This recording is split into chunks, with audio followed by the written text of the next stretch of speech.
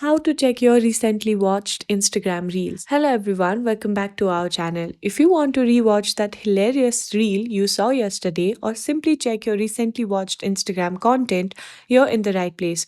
But before we dive in, make sure to hit that subscribe button so you never miss any updates from us. Alright, let's get started. First, you need to open the Instagram app on your device. Once you're in, you need to tap on your profile icon located at the bottom right corner of the screen. Now, look for three horizontal lines in the top right corner. Simply tap on them, and this will open a menu where you can find various options. From here, you need to select your activity option. This is where you can see all your interaction on Instagram.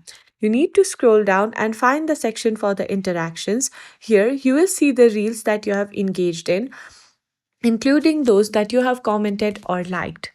Simply tap on the likes, and here you can see the reels that you have liked, and that's it. You can now easily rewatch the videos you are looking for. I hope you found this video helpful. If you did, please give it a thumbs up, share it with your friends. Thanks for watching, and I'll see you in the next video.